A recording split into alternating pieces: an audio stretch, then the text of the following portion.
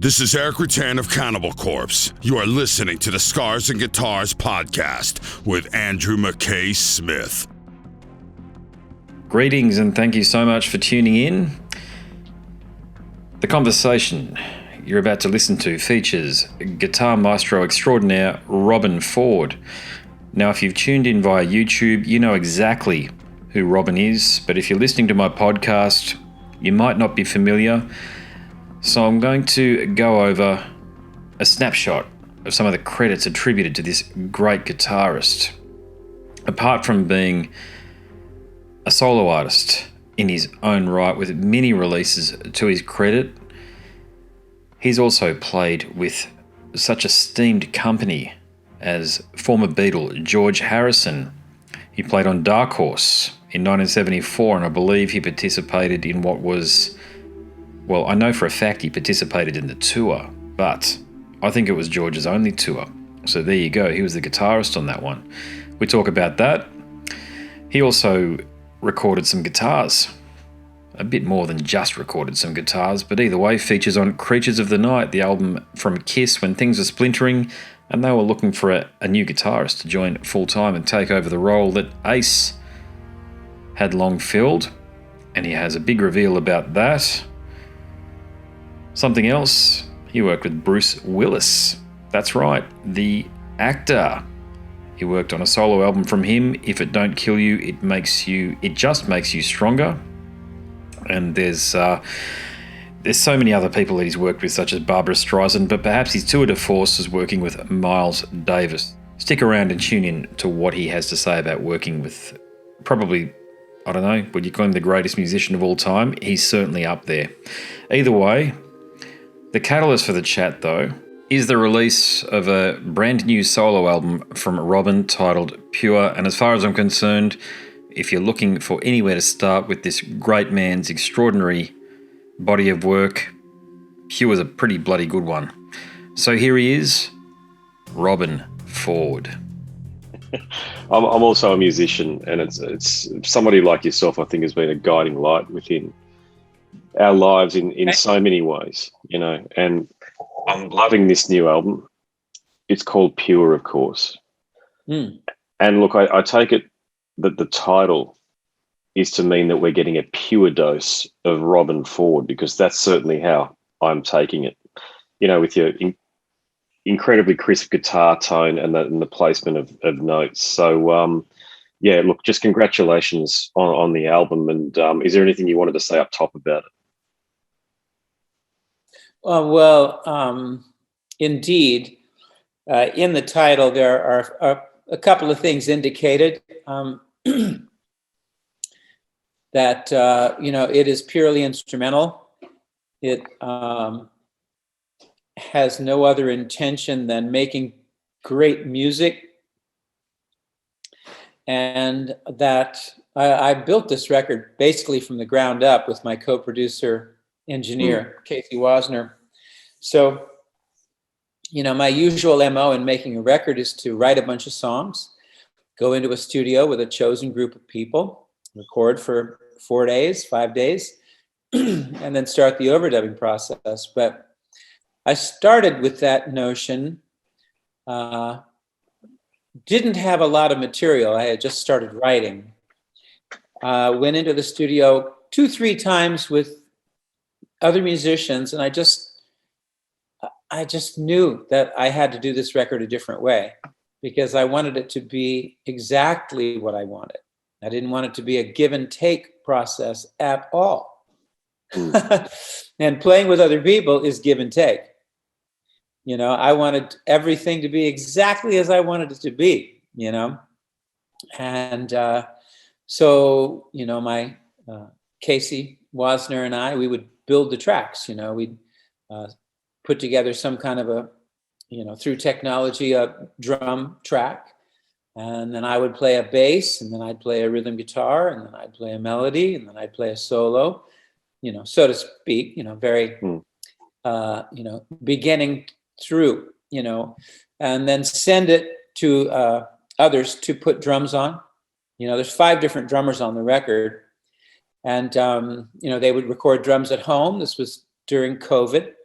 So a lot of this was going on everywhere. You know, you weren't getting together with people quite the same way that you would. So drums were overdubbed, and then I would bring a bass player in, and the bass player, you know, would lay down a bass track. But all of this with, you know, the entire, you know, structure is there. The vibe that I want, you know, the tempo, you know, the feel. It's already been laid down by me in the studio on my own. So all they had to do was, you know, just what I asked them to do, you know. And so in that sense, it's the purest version of a Robben Ford record that one could get. It's really my construct, you know. And from that point of view, I sort of see it as it's kind of like a through composition, you know. You know, the record opens with the first thing that I wrote. Yeah. For the record, but I only play the melody, and then it goes straight into that blues, you know, White Rock Beer, and then evolves out from there. So, you know, to me, that listening to the record is like watching a movie. You know what I mean? It's kind of like got a beginning, a middle, and an end built into it somehow, and it has to be because of that intention, that, you know, pure intention, dare I say, of having it exactly as I wanted it to be. Yeah, well, mission accomplished on that front, no doubt. But look, to your point there, I did read the bio and the work that you're doing there with Casey. It started out as a big band, or, you know, your typical recording setup that you might have gone through on your previous 28 albums. I think I'm right in saying this is your 29th. No, that's not true. As far as solo albums go, that's not true. You know, there have been other things. There have been things that came out under my name that weren't my name, that weren't my records. So. Oh, right. Is that right? So we're talking about Tiger Walk. So Tiger Walk is the. Oh no, Tiger Walk's my record for sure. Oh yeah, no, I figured that, but I read somewhere, that was your last one, and I thought, no, that's not right, because of course you've got Wikipedia these days, and there's Discogs and the like where you can check things. So were the albums that were released, some of these ones that were released under your name, were they record company commitments, that sort of thing? No, I mean, you know, just deliberate, you know, renaming of records, because I was the best known guy on the record. So they'd put it out, you know, company just put it out under my name instead of the actual artist who made the record. Oh, wow. You know, okay. Creepy things like that go on in the music business. But it's more like, you know, like I did a record with Jody Oreo, for instance, and I think that's considered one of my records. It's not, you know, I just went in and played. They asked me to come in and play, and I came in and played. Just things like that, you know, where people just sort of take advantage. I'm not saying that the Jody Oreo record was, I wasn't taken advantage of, but again, there are people who I think that's one of my records, and I've never considered it one of my records, you know. Look, I think you've. Yeah, no, fair enough. And look, I think you've almost answered my next question, but I'll go there anyway, because there are so many killer moments across the recording that I think any fan of rock, blues, and jazz guitar will find something that is a little more than just interesting for them in what you've released here with Pure. But I must say that the production is just so incredibly clean, crisp, and clear, like your note placement. It's just so tight. So was that something that evolved when you were working with Casey, or did you have that in mind before you started the album? Everything always is an evolutionary process, you know. And I started wanting to make grittier records a while back. That this is clean and clear is true. And the last record that I did, however, was called Purple House. It was done in the same studio, and we actually did cut it with a band in that studio. And the whole MO with that was to really do almost counterintuitive things, you know. Like if it sounded good, mess it up, make it sound worse, you know, kind of, so to speak. I mean, it always has to sound good, but I really pushed the envelope on that album in terms of, you know, what one of my records would sound like. very intentionally, you know. So when we went into this record, I think it became such a clear and clean sounding record because we used a lot of technology, you know. And even when you know, make technology sound gritty, it's still digital, you know. So there's digital information on the record. The record sounds cleaner than I would like it to.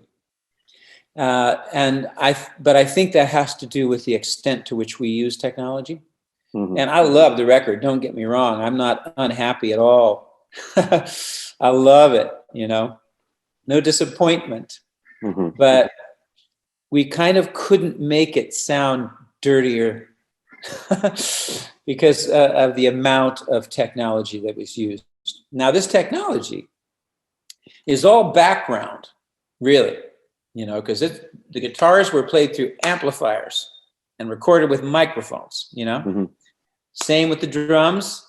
Bass is usually cut direct, you know. So, and that's your instrumentation right there. You know, I didn't bring in any keyboard players. Any keyboards you hear, I played them, and they're just incidental. You know, it's just to kind of add a little something here and there. But I avoided keyboards at all costs. It's guitars, you know, for days. You know, there'll be 3, 4, and 5 guitars on these tracks. Drums, bass. Still, you know, like just the way in which we cut it.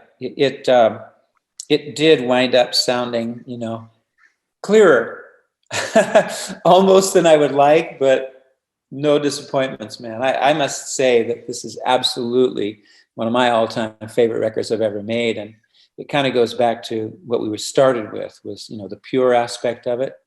I mean, I controlled every note, you know, of this thing, and played most of them myself.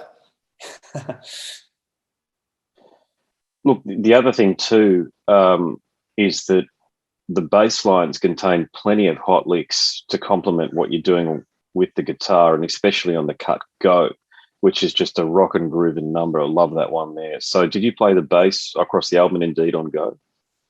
No, Go was recorded live. Bass player is a guy named Anton Nesbitt, and the drummer is a very well-known, highly regarded drummer, Nate Smith. It's from Snarky Puppy, Wolfpack, and he has his own band called the Fearless Flyers. You know, he's just a great drummer who had recently moved to Nashville. And when I found out, I got in touch with him, asked him if he'd record. He said yes, and I wrote 2 songs for him. So Go is one of them, and that's a live performance. You know, and again, Anton Nesbitt on the bass. The blues, slow blues, Blues for Lonnie Johnson. That was recorded live in the studio with those same 2. Well, no, I'm sorry. I used a different bass player on that one. And there's another song that's kind of a live band performance. It's called If You Want Me To. That was cut in the studio with a band.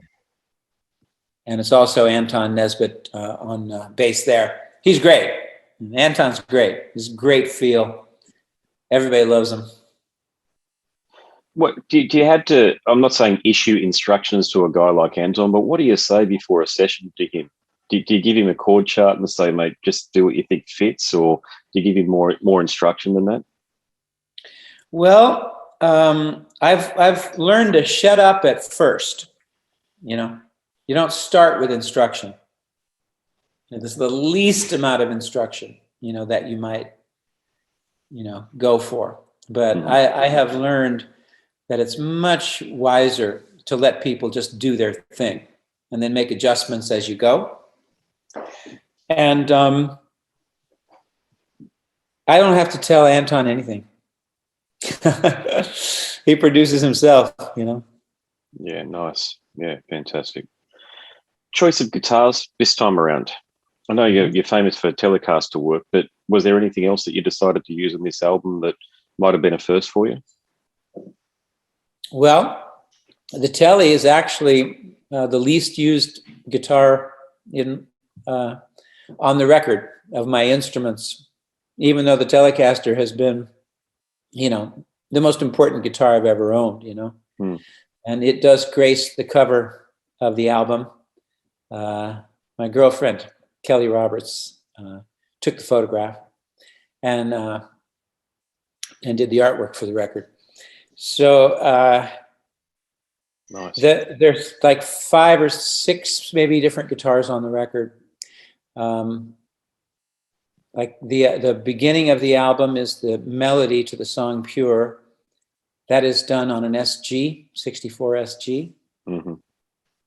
The solo, which it appears the whole song is played at the end, is done on a PRS that Paul Reed Smith made for me, solid body, instrument. Mm-hmm. White Rock Beer, us Les Paul, with genuine PAFs, 50s PAFs in it. The melodies to Balafon and Milan Palmo are played on a Gibson 355, a 64 Gibson 355. Solo to Milan Palmo is on a 52 Telecaster. The solo on Balafon is on my 64 Epiphone. So the record goes like that, I used a different PRS on the solo, or the performance, I should say. It's a through performance, live performance on Blues for Lonnie Johnson. That's a PRS.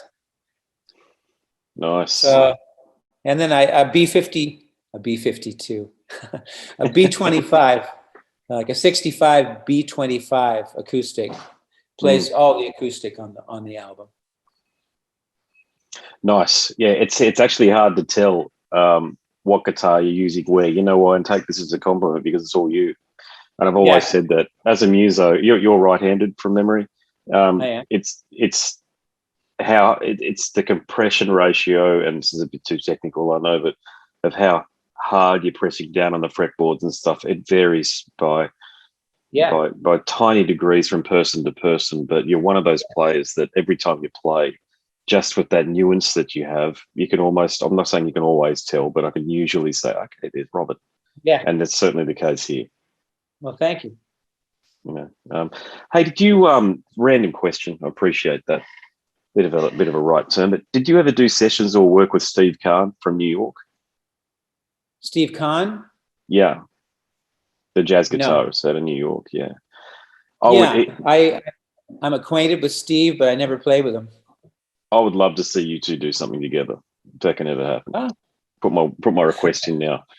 Okay. I don't know. I never see him. I haven't seen him in many, many years. Yeah. Well, hey, I want to go back in time a bit. And I appreciate you might get asked these questions a fair bit, but look, you did record 3 songs with George Harrison back in 1974, and I'm pretty sure you did some live work as well on Dark Horse. And his only tour, yeah.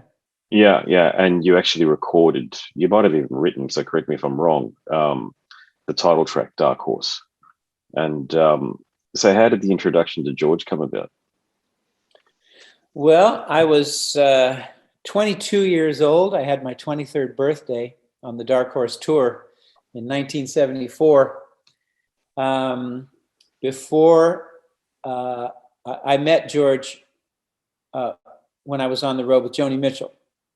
And we played in London, and he came to the concert, and he and Tom Scott, who was sort of musical director of the LA Express, which was the band backing Joni.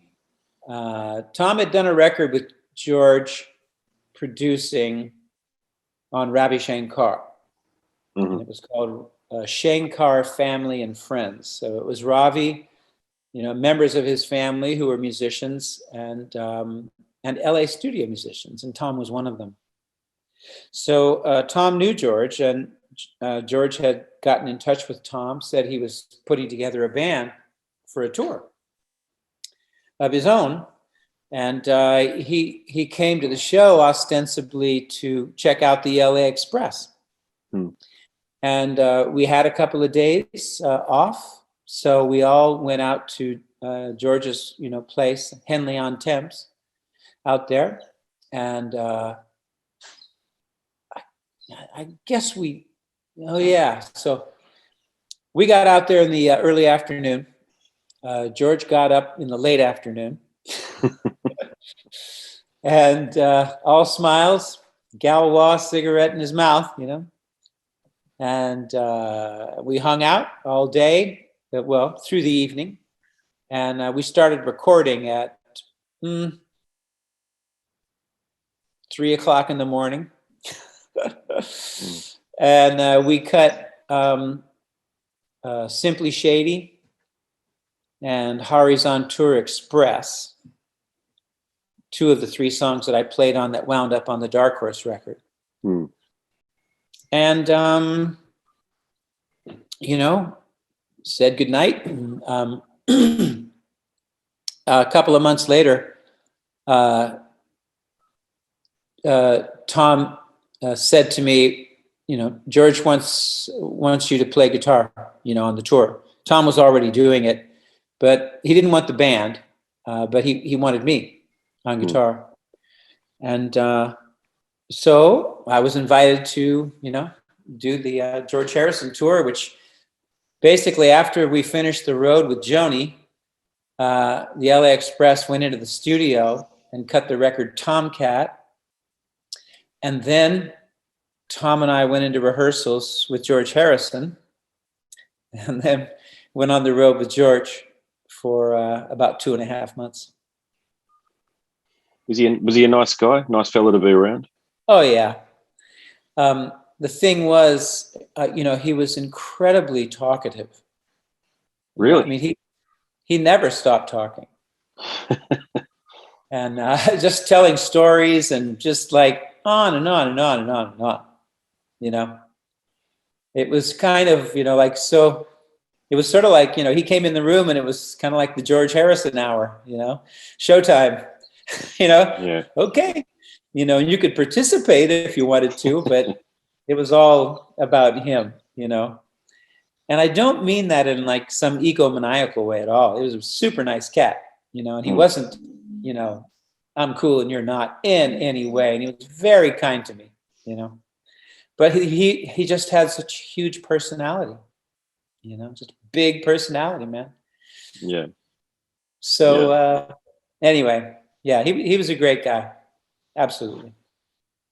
Were you ever tapped on the shoulder by Gene and Paul to don the makeup when you were working on Creatures of the Night? Well, yeah. I was, you're referring to Creatures of the Night, the Kiss album. Yep. And there were about 9 different guitar players who played on that record. Mm-hmm. And it turned out that they were looking for somebody, to join the band. And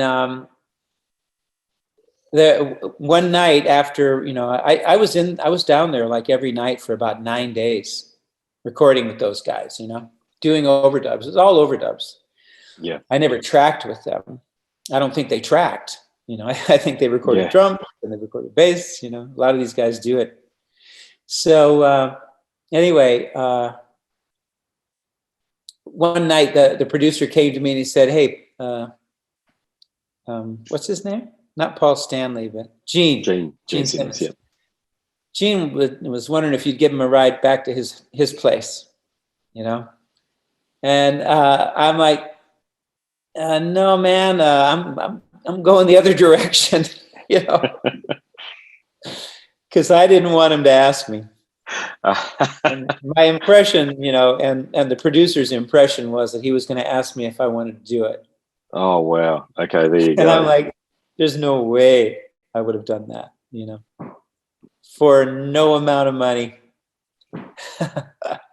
Yeah. So I just didn't let it go that far, Yeah. No, fair enough. Yeah. And look, I think a very far lesser known aspect of your career, and I didn't realize it until I was doing research, but you did some work with actor Bruce Willis.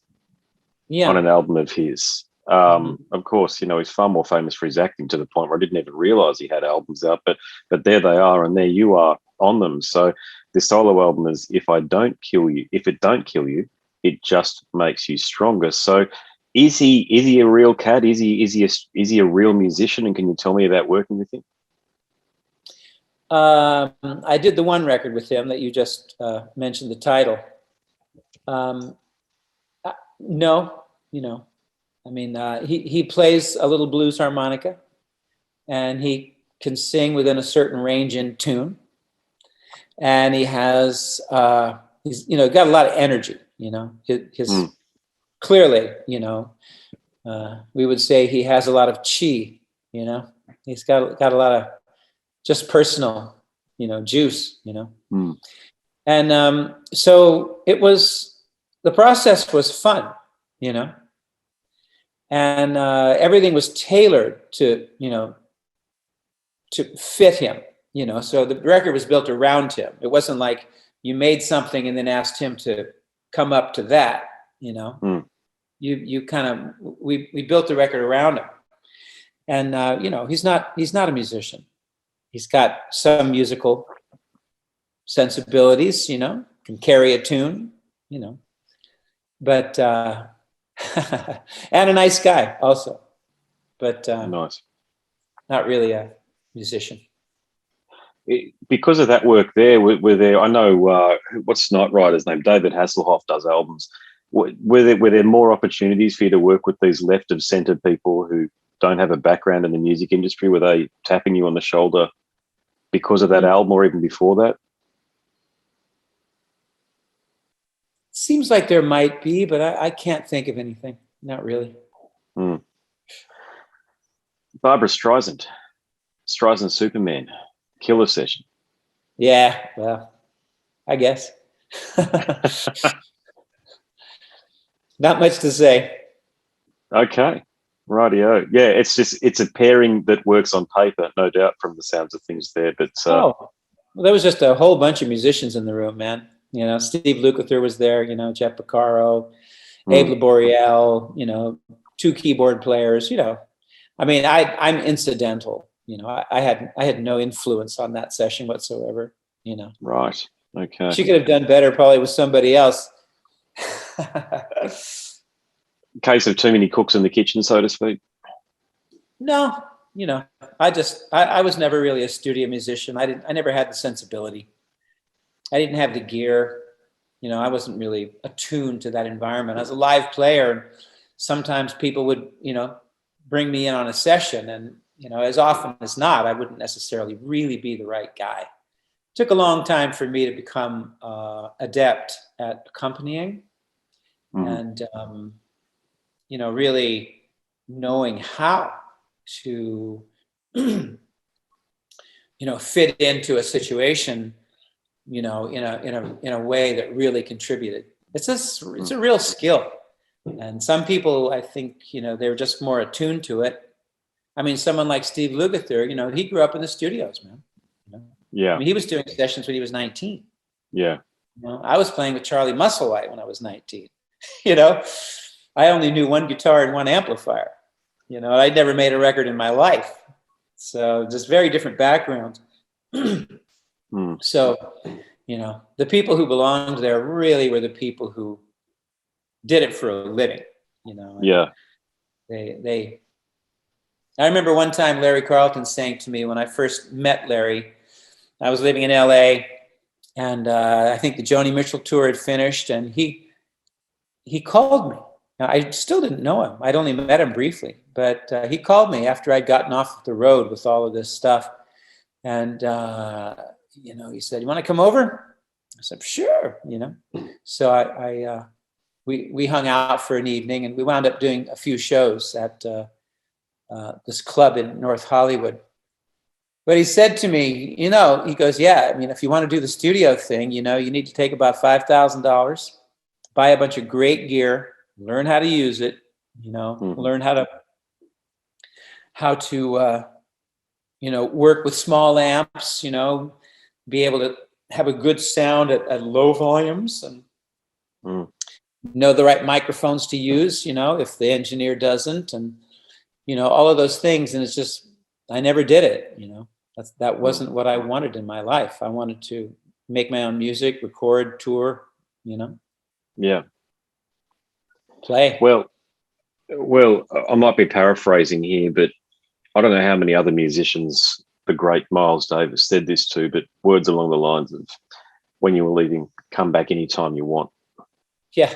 I don't know how many other people he would have. Sorry, my camera will come back on in a moment. There we go. Okay. Is it going to come back on? There we go. Must be Miles. Miles must be telling us something here. But what were your memories of working with Miles? Well, of course, the highlight of my career was working with Miles. My ultimate musical icon, and I got to play with him. And he wasn't happy when I left. And he did say, if you ever want to come back, you just come back. And that was astonishing to hear. I was with him for about 6 months, 5.5, 6 months, toured some in the US and toured in Europe for about 5 weeks. And we were over there for a while, I think, maybe 3 weeks. So my time with him was fairly short, but of course, he makes a big impression. Without picking up his horn, And we rarely saw him except right before the gig. We'd all be at the side of the stage waiting to go on. And then Miles would just kind of stroll out of his, dressing room. He'd be just walking real slow, playing his trumpet a little bit. And his tour manager's trying to hook up his wireless device, And we'd go out and play, and then he'd split, But he would call me on the phone every now and then. In New York, I actually lived on the other side of the park from him in a much worse apartment in New York City at the time. And I said, Robben, how you doing? What you doing? And I had conversations with him, that would be, 20 minutes long. We're just talking on the phone.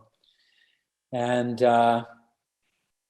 so a little bit of interaction on the road, where he'd say something, to me. We'd have some kind of an exchange, or he'd play a joke on me or anybody else, or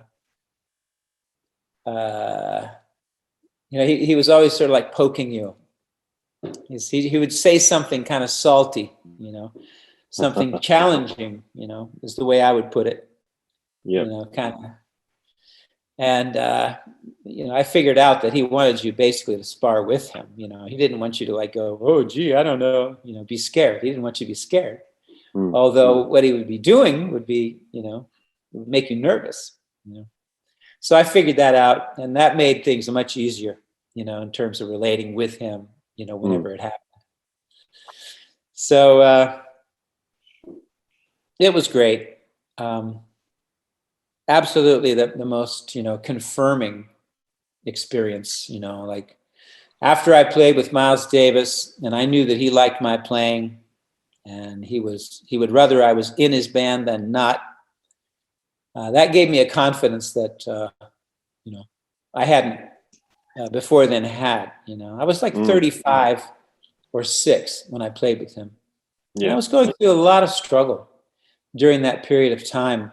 I was trying to get my own solo career off the ground, and I was having a lot of trouble making that happen because of this jive record producer who had signed me to Warner Brothers. So I was kind of like, I was already signed to the label. I'd already, the demo for the Talk to Your Daughter album was done and got me a deal. And then it just dragged on and on and on. The guy was never happy. It took 4 years for that album to be released. And so, it gave me the time to do some other things, which was one of them was play with Miles Davis, Yeah, outstanding. Very few people have a resume similar to yours in the music industry. So I'm going to this will be my final question, and I want to bring things full circle here to almost where we started. So look, aside from Pure, which is definitely a career highlight as far as I'm concerned for you, if if you had to pick an album or a session for somebody who'd never heard you before but became intensely interested in some of your work, but they didn't know where to start, where would you say to them, this is where you should start? Well, probably Tiger Walk. I mean, the new record is, it's a very sophisticated, it's a very mature work. I mean, it's the culmination of my entire career, all poured into one record. I would put it that way. And still, going forward, still growing, still coming up with new things, things I've never done before. I mean, that improvisation on the song Pure, it's an Indian raga. That's an Indian scale, that I had figured out just listening to something I liked. And I'm like, okay, we're going to do it.